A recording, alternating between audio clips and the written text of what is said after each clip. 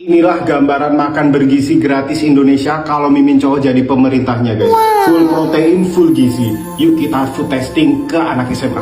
Ini anak SMA mana ini kok pakai pensil alis? SMA Gadungan ini Pak.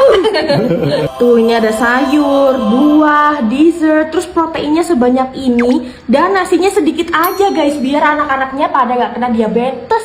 Wah kalau makanannya bergizi kayak gini, pasti SDM-nya pada maju guys.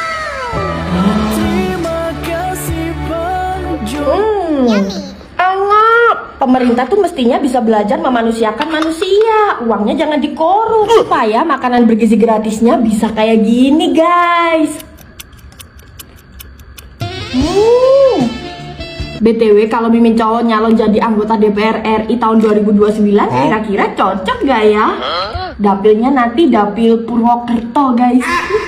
Pasti MBG-nya bergizi kayak gini guys. Nanti anak-anak pasti pada seneng. Dessertnya aja Kinder Joy guys. Tapi Mimin masih percaya sih kalau generasi selanjutnya mampu membawa Indonesia ke Indonesia emas. Dan Mimin tuh setuju banget sama Pak Prabowo kalau mau SDM-nya maju berawal dari makanannya yang bergizi banget. Siap presiden, siap presiden, siap presiden, siap presiden. Ya kurang lebih kayak gini lah makanan bergizi gratis kalau gak dikorupsi guys. Menarik bukan?